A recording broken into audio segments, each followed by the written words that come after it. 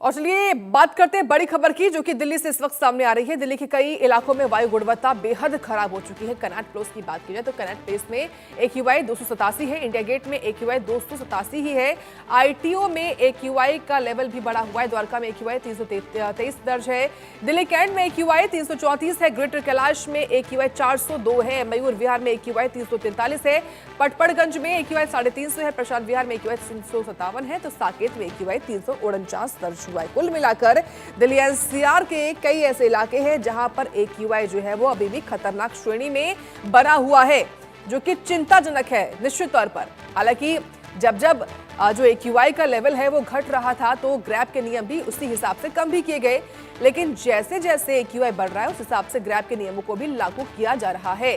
तो प्रशांत विहार हो, साकेत हो या फिर अलग अलग हिस्से क्यों ना हो, दिल्ली के इन तमाम हिस्सों में जो AQI है कुल मिलाकर वो 300 के पार ही है, जो कि अपने आप में खराब श्रेणी में आता है। ITO की बात की जाए, द्वारका की बात की जाए या साकेत की बात की जाए, दिल्ली कैंट की बात की जाए, फिर ग्रेटर कैलाश यानी कि GK की बात की जाए, हर जगह पर जो AQI का लेवल है वो लगातार बढ़ा हुआ है।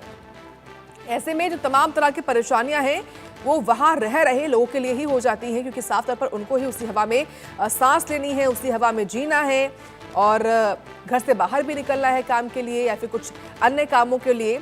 इसलिए इन सभी पर यानी कि दिल्ली NCR वाले लोगों के ऊपर निश्चित तौर पर ये जो बड़ा असर है वो इस वक्त पड़ रहा है। और जानकारी लेंगे इस वक्त नोएडा से अली खान है, तो वहीं दिल्ली से आदित्य वधावन है। आदित्य, सबसे पहले आप ही के पास मैं आना चाहूंगी, ये बताइए राजधानी का मौसम कैसा है?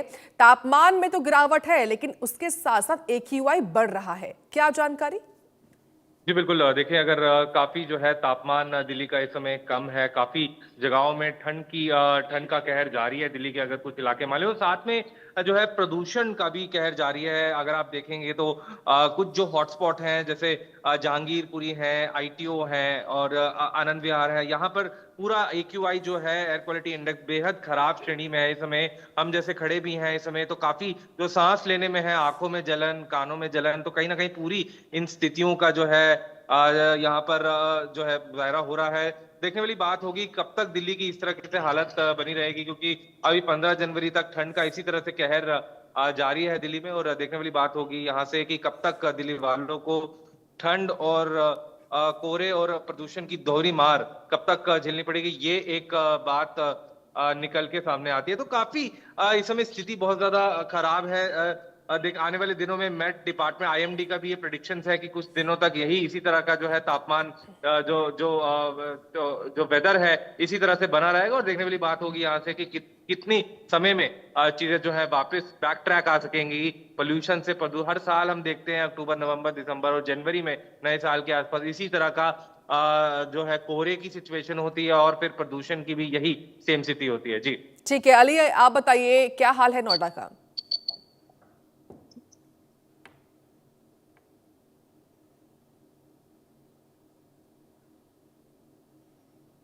नोएडा में दर्ज किया गया था और आज नोएडा में 300 के पार AQI है। तो फिर से AQI जो वायु गुणवत्ता है वो बेहद खराब स्थिति में है। फिर से तमाम पॉल्यूशन के जो AQI है वो बढ़ने लगा है। वहीं मरीजों की संख्या भी लगातार जिला अस्पताल में बढ़ रही है। तमाम उपाय नोएडा अथॉरिटी की तरफ से किए जा रहे हैं, जिसमें वाटर स्प्रिंकलिंग, मैकेनिकल स्वीपिंग करी जा रही है, पर कहीं ना कहीं तमाम ये उपाय ग्राउंड पे नाकाफी नजर आ रहे हैं।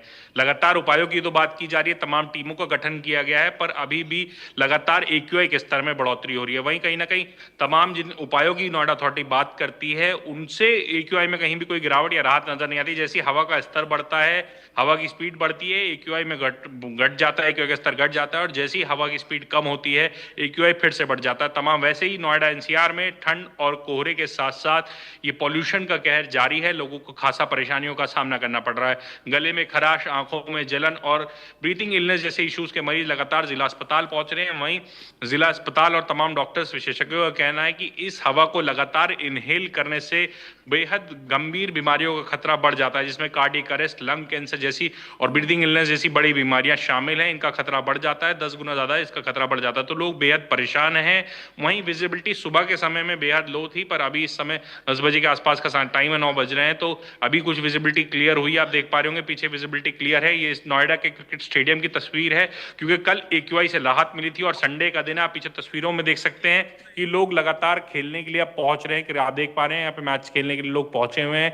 ऐसे ही नोएडा स्टेडियम में लगातार जगह जगह पे लोग आज आउटडोर एक्टिविटी के लिए पहुंचे हैं, पर क्योंकि उन्हें AQI का अपडेट नहीं कि आज AQI फिर से गंभीर श्रेणी में पहुंचा हुआ है, क्योंकि लगातार पिछले दिनों देखा गया कि नोएडा के जितने भी स्टेडियम्स हैं और क्रिकेट ग्राउंड्स हैं वो खाली नजर आ रहे थे, वहां लोग नजर नहीं आते थे, क्योंकि लगातार AQI का स्तर 450 के आसपास बना हुआ था। पर जैसे ही लोगों को जानकारी मिली कि ग्रैब के तमाम नियम हटा दिए गए हैं और AQI की स्थिति बेहतर हुई है, लोग फिर से ग्राउंड्स पे नजर आ रहे हैं, एक्सरसाइज करते नजर आ रहे हैं, पर आज नोएडा के AQI की स्थिति फिर से गंभीर श्रेणी में पहुंचती हुई नजर आ रही है।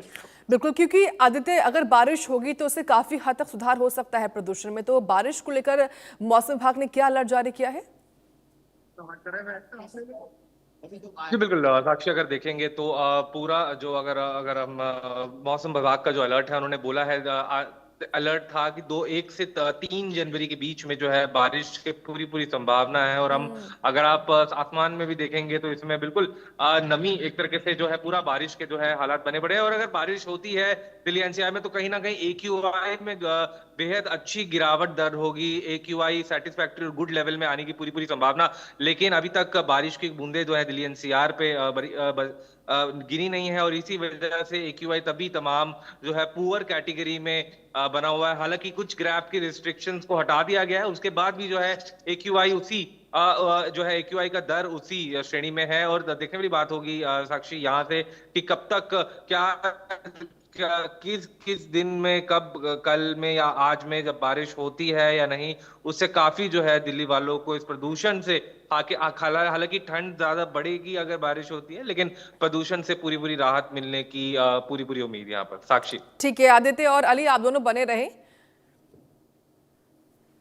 तो देखिए, हिमाचल हो, उत्तराखंड हो, दिल्ली एनसीआर हो, हर जगह शीतलहर है। और इसी बीच बड़ी खबर ये कि बर्फबारी का अलर्ट जारी किया गया है। लद्दाख और जम्मू कश्मीर में बारिश बर्फबारी की संभावना है। ऊंचाई वाले स्थानों पर बारिश बर्फबारी की संभावना है।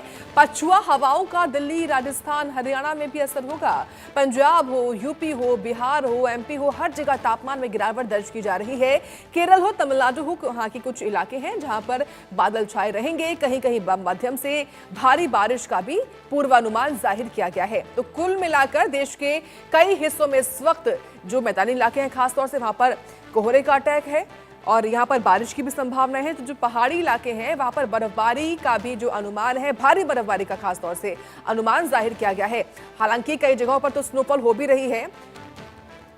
और इसी बीच देखिए, बड़ी जानकारी है, जिस तरीके से तमाम तरह के जो पूर्वानुमान है वो जाहिर किए गए हैं। आदित्य बताइए, आप देखिए पछुआ हवाएं चलेंगी, ये भी जानकारी है। राजस्थान में, उत्तर प्रदेश में, दिल्ली में और देश के कई हिस्सों में बारिश बर्फबारी की भी जो संभावना है वो जाहिर की गई है। क्या है खबर पूरी? जी बिल्कुल साक्षी, अगर आप देखें तो पूरे देश में, उत्तर भारत में अगर हम बात करें तो पूरी भारत ये जो है बारिश की संभावना है। और जिस तरह से जो बर्फबारी हो रही है कश्मीर में ऊपर, उससे जो तेज हवाएं हैं वहां से बर्फबारी की वजह से वो भी दिल्ली एनसीआर की तरफ आ रही हैं, जिससे ठंड बढ़ रही है। तो काफी जो है आने वाले दिनों में हम देख सकते हैं कि और ज्यादा ठंड का कहर बढ़ेगा दिल्ली में। और अगर बारिश होती है तो कहीं ना कहीं ठंड का कहर लोगों को झेलना पड़ेगा। लेकिन उसी के साथ AQI में एक बेहद इंप्रूवमेंट नजर में आ सकती है, जो कि इंपॉर्टेंट भी है अभी। तो देखने वाली बात होगी साक्षी की यहाँ से कितने दिनों में क्या बारिश कब तक होती है, कितनी होती है, ये एक बड़ी बात यहाँ पर। जी ठीक है, आप दोनों बने रहे, आएंगे आपके पास। इसी बीच एक और बड़ी खबर सामने आ रही है, वो बड़ी जानकारी बताने हैं आपको। दरअसल मध्य प्रदेश में भी कोहरे का कहर लगातार जारी है। यहाँ पर भोपाल हो, इसके अलावा कई अन्य जिले हो, यहाँ पर दिन भर कोहरा छाया रहेगा। कोल्ड वेव का असर है। 11 शहरों में तापमान 20 डिग्री से भी नीचे। घने कोहरे से रेल यातायात प्रभावित है। कई ट्रेनें घंटों लेट है। दिल्ली से MP आने वाली ट्रेनें सबसे ज्यादा प्रभावित हुई हैं और ये सब कुछ है कोहरे के चलते ही। लगातार देखिए तापमान गिर रहा है और कोहरा इससे ज्यादा, ये देखिए तस्वीरें आपके सामने इस वक्त दिखा रहे हैं किस तरीके से घना कोहरा है। और घने कोहरे के बीच में इन तमाम परेशानियों को पार करते हुए लोग चलते हैं। और अगर बात की जाए घने कोहरे में जो ट्रेन है वो डिले होती है, फ्लाइट्स जो है वो भी कैंसिल हो जाती हैं। अली, आपके पास आना चाहूंगी, बताइए किस तरीके से नोएडा के किस सेक्टर में, अगर खास तौर से अगर बात की जाए, देखिए पूरे शहर में ठंड है, कोहरा है, लेकिन किस सेक्टर में सबसे ज्यादा परेशानी होती है? और अगर बात की जाए ट्रेनों के लिहाज से या फिर फ्लाइट्स के डिले होने के पर्सपेक्टिव से, तो किस तरीके से जो असर है या नोएडा वासियों पर पड़ रहा है? बिल्कुल साक्षी, आपको बता दूं कि नोएडा में अगर हम बात करें पॉल्यूशन और ठंड की, तो नोएडा एक्सप्रेसवे से लगे हुए सेक्टर हैं, सेक्टर 116, जहां पे मॉनिटरिंग स्टेशन भी है। तो सबसे ज्यादा AQI जब भी मापा गया है वहां का मापा जाता है, सबसे ज्यादा AQI रहता है उस जगह का। और कोहरा और ठंड भी वहीं सबसे ज्यादा नजर आती है, क्योंकि एक्सप्रेसवे से लगा हुआ इलाका है, तो लगातार कोहरे की घनी चादर, फॉग और स्मॉग की चादर लगातार वहां पे देखी जाती है। और बेहद घना कोहरा वहां सुबह के समय में रहता है, विजिबिलिटी बेहद लो रहती है। तमाम ऐसे कामों को किया जाता है जिससे लोगों को वहां राहत मिल सके। साथ ही साथ जो परेशानियां हैं लोगों को, वो बेहद परेशानियां ट्रेन की अगर हम बात करें, ट्रेन और फ्लाइट के लिए अभी नोएडा का अपना निजी एयरपोर्ट चालू नहीं हुआ है और रेलवे स्टेशन भी नहीं है, जिसके लिए अभी लोगों को गाजियाबाद या दिल्ली की तरफ अपना रुख करना पड़ता है। पर साथ ही साथ लोगों को खासा परेशानियों का सामना करना पड़ रहा है, क्योंकि लगातार ट्रेन लेट हो रही हैं, फ्लाइट्स कैंसिलेशन हो रही हैं, डिले हो रही हैं, तो जिसको लेके वेटिंग टाइम बहुत ज्यादा बढ़ रहा है। और साथ ही साथ लोग जो हैं वो बेहद परेशान हो रहे हैं, क्योंकि उन्हें पहले अपने डेस्टिनेशन तक रेलवे स्टेशन और एयरपोर्ट पहुंचने के लिए सफर करना पड़ता है और उसके बाद वहां जाके उनका वेट करना पड़ता है। तो जो वेटिंग टाइम और लोगों का ट्रैवल, बहुत ही ज्यादा लोग परेशान इसके चलते नजर आ रहे हैं। लोगों को खासा परेशानियां हो रही हैं और ट्रेन का जो डिले है वो कई कई घंटे, 4-4, 5-5 घंटे का डिले आ रहा है। कई बार फ्लाइट्स में भी ऐसा ही सामना देखने को मिल रहा है कि जैसे ही कोहरे की घनी चादर होती है, फ्लाइट्स डिले होती हैं, कई घंटे के लिए डिले हैं और उन्हें उनकी इन्फॉर्मेशन भी नहीं मिल पा रही है। सबसे बड़ी बात यह है साक्षी, तो लोग बेहद परेशान हैं। इसके चलते कोहरे, ठंड और पॉल्यूशन की दोहरी तेहरी मार नोएडा, दिल्ली NCR वासी झेल रहे हैं। साक्षी। ठीक है आदित्य, आप बताइए, देखिए दिल्ली वालों के ऊपर किस तरीके से प्रभाव पड़ रहा है ट्रेन डिले होने का या फ्लाइट्स कैंसिल होने का? कितनी भीड़ लग जाती है जब इनकी फ्लाइट्स रिशेड्यूल हो जाए, डिले हो जाए, रेलवे स्टेशन हो दिल्ली का या फिर एयरपोर्ट क्यों ना हो? जो दिल्ली से आज जो दिल्ली आ भी रहे हैं और जो दिल्ली से बाहर भी जा रहे हैं, उनको काफी दिक्कत रहती है जब ट्रेन, क्योंकि रेलवे से भी पूरी टाइमली अपडेटेड इन्फॉर्मेशन नहीं मिल पाती, जिसकी वजह से ट्रेन 5 घंटे भी लेट है, 6 घंटे भी लेट है, चाहे दिल्ली से आ रही हो या दिल्ली से जा रही हो, जिसकी वजह से उनको पूरी रात जो है स्टेशन पे कड़ाके की ठंड में जो है पूरी रात जो है स्टेशन पर बतानी पड़ती है। और एयरपोर्ट्स की अगर आप बात माने तो साक्षी देखे, एयरपोर्ट्स पे भी काफी डिले, फ्लाइट्स डिले, क्योंकि कैट 3 के अंडर जो है ऑपरेशन अभी चल रहे हैं दिल्ली के इंदिरा गांधी इंटरनेशनल एयरपोर्ट पे, तो उसकी वजह से भी काफी जो है लोगों को जो दिक्कतें आती हैं ठीक है। आने उनकी कई 2-2, 3-3, 4-4 घंटे फ्लाइट डिले होती है, फिर उसके बाद इंफॉर्मेशन नहीं मिलती, वेटिंग एरिया में लोग बैठे रहते हैं, तो कहीं ना कहीं काफी बेहद जो है दिल्ली इन